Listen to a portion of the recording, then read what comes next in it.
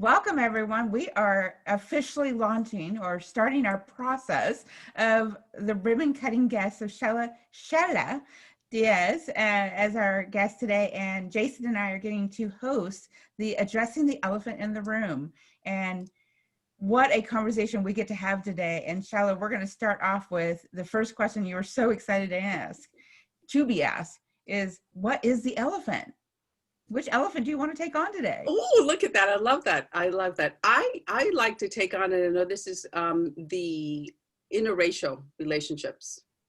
Okay. That's a powerful elephant. That's a big elephant. That's a way to start. And so, Jason, do you want me to just keep diving in, or you want to take it over for just a minute? That's more like a woolly mammoth than an elephant. Right. So right, Chella, and tell us, why is that the elephant in the room? Why is it laughing? Because I was married to a Black man, and I have two amazing kids. And it was interesting because they don't look like me. Look, I'm getting emotional. But so it was interesting because I witnessed people talking about my kids, and I was standing there because they didn't know that they were my kids. Wow. Right? That's powerful feeling. Yeah. And so it was interesting, but also one of them is fluent in Spanish. And so being out in the playground, right? Like imagine just being out in the playground with them, and the Latino kids were talking about them, and having this 7-year-old kid walk up to them. They're actually not walk up to them. We were in the pool and ask if he could play with the ball in Spanish, and the look that those kids had, right? So it's like, how do we, and it was wonderful, right? So I say that I learned so much from my kids because they see things differently. They didn't sit there and like, should I, shouldn't I? They didn't question themselves, right? They just went up, even though he knew these kids were talking about him. It was just like, he just went up and he addressed the elephant in the room, and it was really magical. And I say this every chance I get, is that I really, truly am blessed that I had them and that they helped me become who I am. So that's so much powerful things we could unpack there. And yet, one of the gifts of doing this podcast is really starting to have those conversations about how we look at these elephants and how the elephant even got addressed and how it became a conversation, and how we open up those doors to be purposeful about looking at all the different perspectives. And you said something that really resonated with me, and it took me quite a while to learn it. And I think this will open up the next question. And Jason, I'll let you go from there, is you were aware when you watched them, when you watched the reactions, you didn't even know there was an elephant in the room until you started to see that, right? Right. And it's interesting. I also experienced that. It wasn't until I had a Spanish-speaking Mexican, however his terminology was, and I don't even honestly remember because my children get annoyed with me. I have a very open filter. I don't think I have those specifics, and it causes great awareness. And I was in this classroom, and he was talking about seeing the difference of racialness, and my son is a Mexican Indian, and all of a sudden the light bulb went off, and I was like, oh my gosh, I never knew how much he was dealing with, how much he had been bullied and impacted by the difference of being in a community that wasn't similar. And so having those awarenesses and having the ability to have the light bulb go off and have that elephant rise up and say, how do we have a conversation about that? And I can tell you, interrelational, even when I was young, I remember having my mom say, there's certain people I couldn't go out with because she was afraid of not so much that she was judging, but she was afraid of putting me in a position of what could happen. And so it's quite the elephant, right? And I have many friends that still deal with this today, of the reactions and the responses, et cetera, in certain communities. I mean, there's just so many different areas we could have a whole deep conversation around. That's powerful. And I had no idea, right? It's not like we planned this. Right? We literally just jumped on in. Yeah, it's just things they work, right? And what the fact that we're both sort of on the same page, to me, tells me that somebody else out there needed to hear this information. Agreed. 100%. And Chella, let me ask you, the feeling that you got from that experience with your kids, what I'm curious about, and this is my lead up to my next question to you, is how did you then have the conversation with your partner, your husband, about what happened? Because as a leader, which obviously you are, and you go through these experiences, sharing that experience with the people that you're involved with and helping them to understand that experience from your perspective, trying to get them to see what you're seeing and how to, as I say, grow forward. Because we don't necessarily know when we process something, what's the right direction forward. We take our best guess and our best action from what we've just experienced. So I'm really curious in terms of the conversation that you had with your husband, because again, this could be applied to business. This could be applied to friendships. This could be applied in any walk of life, and especially in this insane time that we're living in with the pandemic and the planet and the social crisis, everything in unrest. Being able to, really have this conversation about such a big elephant really is something that I think that a lot of listeners out there could gain something from. And look, I'm getting chills all over. So it actually started like even before that, where my oldest son came home crying one day, because this was the good old days when you could walk to school. We lived close enough, but he came home one day and some kids have called him, and I don't remember the word, but he didn't understand what the word, but he felt hurtful to him. He's like, why are they calling me this? And so I said to him, they're calling you that because your dad is Black and your mom is Mexican. They're like, oh, but you are. And I said, yeah, that's, but he just that simple, right?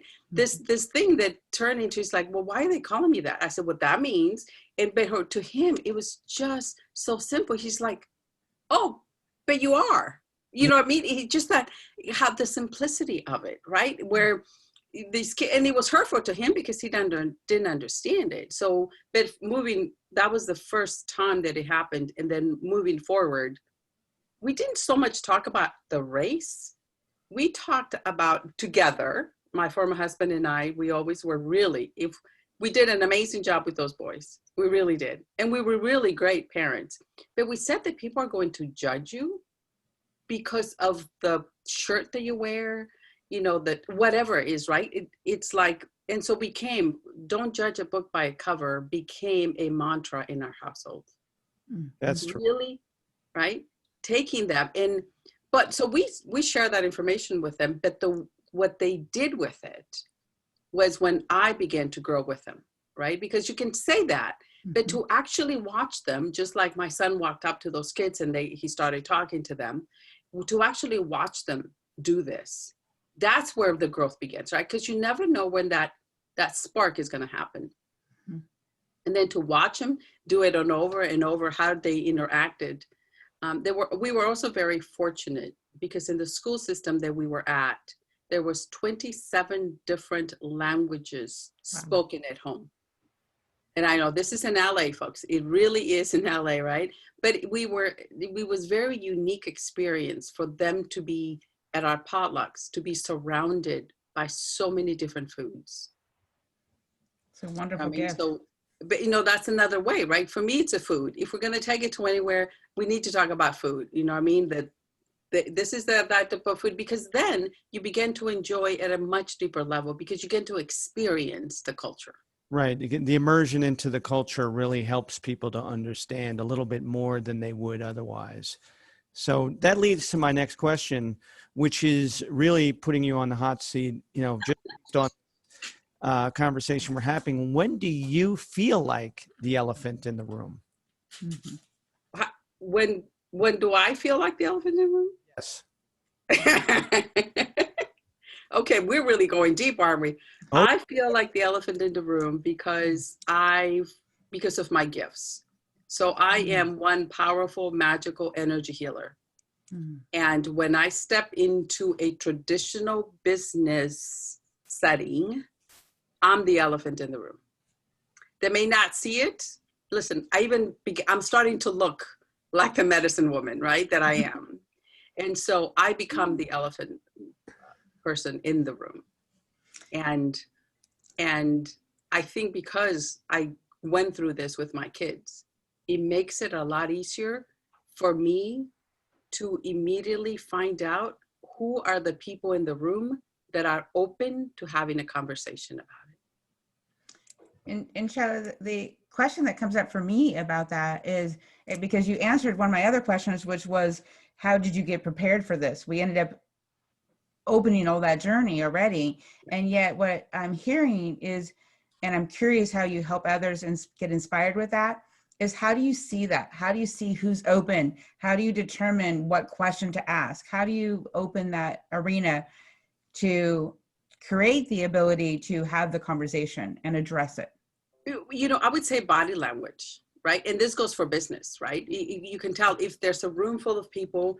And also for me, my intuition is through the roof. So I have a little bit of that, but body language, right? You can tell if the person is whether back against the wall or the back against the room, right? So it's body language. Where are they, right? Are they sitting there just by themselves? And I don't mean literally by themselves, right? But so body language is pay attention to where they are, Mm-hmm. right? And if you're like, say you have a group of 3-4 people in the room, right? Do they look so engaged and open to have me come in and say hello? And some of them, sometimes it works, right? And sometimes you can tell that like they're so deep into this conversation they don't want to be bothered.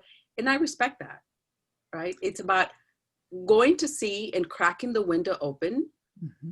And then are they open, to opening the door, or is it time to go to another window? That's a great way of putting it. Okay, so I'm going to throw the second question at you with a little caveat. I'd like you to give us a little bit of background in terms of what you do. And the question is, what do you do when you realize that no one wants to address the elephant in the room? So give us a little bit of, your business background and what you do. And then how do you deal with, the fact that no one wants to address the elephant in the room? Mm-hmm. Oh, this is a good one.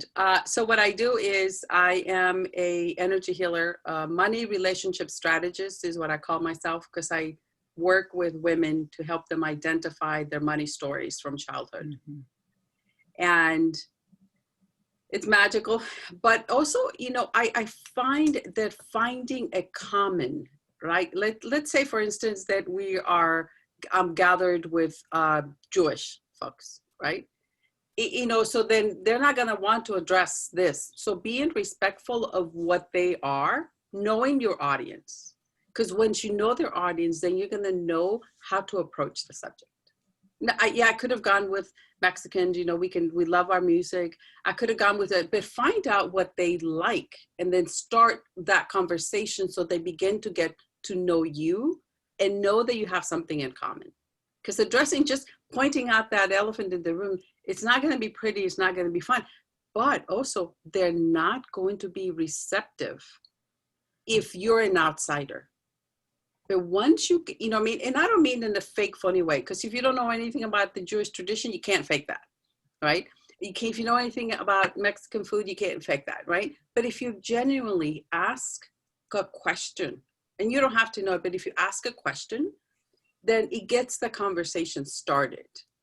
So that way it gives you the opening for you to have the bigger conversation. So I say be respectful of where you are and also being open to learning. And, that's where when you begin to learn, that's when people are going to want to learn. And I always bring it back to food. I got to tell you, I do. I always bring it. She's got a central focus. Because I am curious about food, and I've always been curious about food.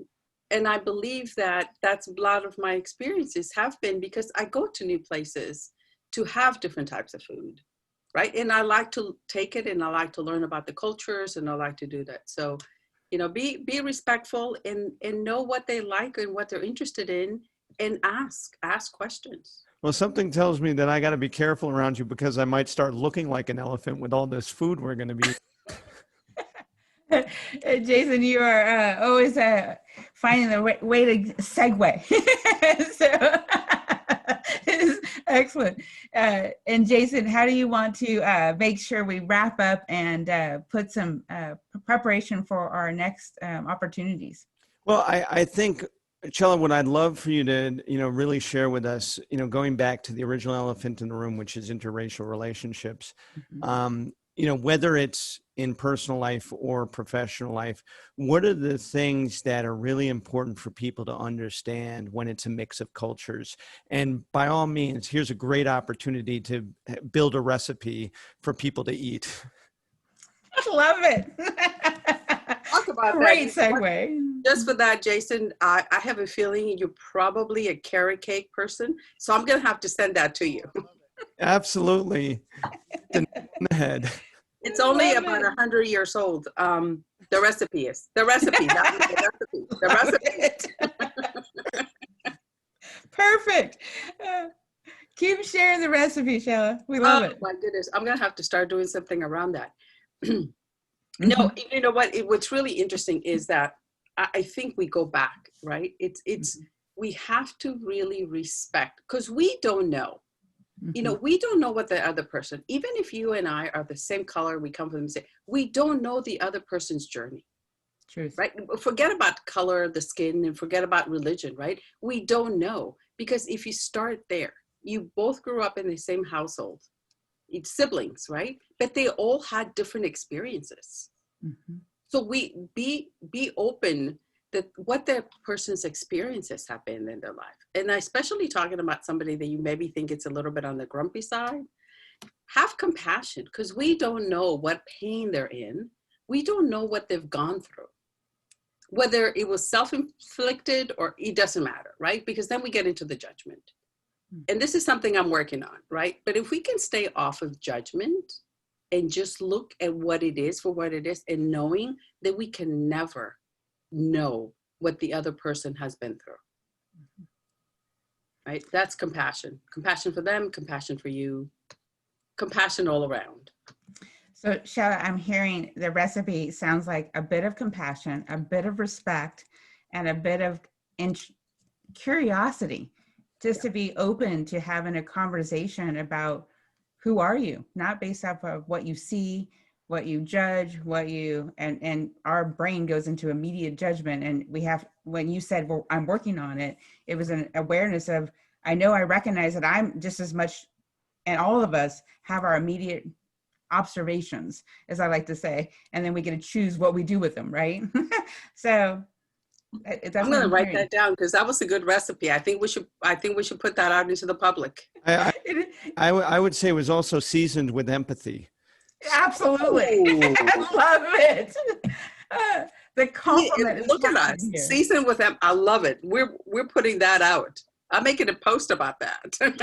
We're actually recording it as we speak. Isn't that wonderful? That is the whole gift of creating podcasts and creating conversations like this, because when we're working to build addressing an elephant in the room, it is really this opportunity to have these tough conversations about something that could go one way and come out with such a beautiful recipe. Yeah, and Chella, so just to sort of summarize with one last question, April and I decided to get together on this podcast. Her company is One Light Ahead, and my company is Exceptional Results Now.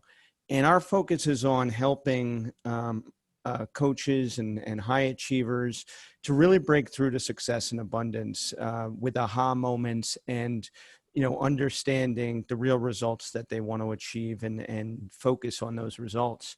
So, looking at this elephant of interracial relationships and looking forward to, what is the opportunity for our listeners, the aha moment and the results that they can get in terms of improving their relationships with people that don't look like them, don't talk like them, different cultures, their ability to be a part of this new recipe. What is your secret that we can add to this recipe for people to be successful in interracial relationships? I would say don't underestimate, right? Don't underestimate the person that's in front of you. Don't prejudge, right? Don't get ahead of yourself I call them my monkeys. Don't let the monkeys get ahead of yourself. Take a moment and really take in what that person's needs and wants are, where they are, and again, because when you take that in, and this is especially with clients, right? Do not underestimate, because they may not look like they possibly could afford your services, or they look like they can, but you know what I mean? So don't underestimate, do a deeper dive in there, because that's going to make it a lot easier for your business, because then you're not going to be spending as much time with the people that are not ready for your service. Wow. That's the magic recipe. That's it. I love it. I absolutely love it. April, go ahead and share with our listeners about One Light Ahead, and we'll wrap up. Well, and the gift of One Light Ahead is all about guiding light bulb moments. And what Jason just wrapped up of the aha moments is just having that awareness of when somebody can discover where they are, where they want to be, and what that obstacle or that decision or that judgment, et cetera, is. And what you just talked about is the awareness of so many people show up determining what the elephant is and may not even have the correct elephant. And so what a wonderful way to start our conversations and start addressing the elephants. And One Light Ahead is set up, and we're thankful to partner with Jason in this podcast, as well as many other things we're collaborating on, because we are committed to helping people get to that next level. We are committed, and we wholeheartedly believe that each person is going to have their opportunity to have their own impact. And so we're going to be purposeful about that. Awesome. And again, Chella, just so you know, I'm Jason Safford. My company is Exceptional Results Now. And for our listeners, we're focused on helping high achievers to break through to success and abundance and really get the results that they've been struggling with for, however long that they've been in business, both professionally and personally, to make a better impact on the planet. We're focused on really aligning people and planet together for profit. So we're very happy to be, partnered with April and One Light Ahead, and having you as our ribbon cutting guest. Mm-hmm. Your virtual scissors were awesome. And, I think the topic was absolutely the best topic we could have launched this podcast with. Wholeheartedly agreed. Thank you so much. Thank you. This was so much fun. It was an honor to be here. We very much appreciate it. We look forward to staying connected. Yep. Beautiful.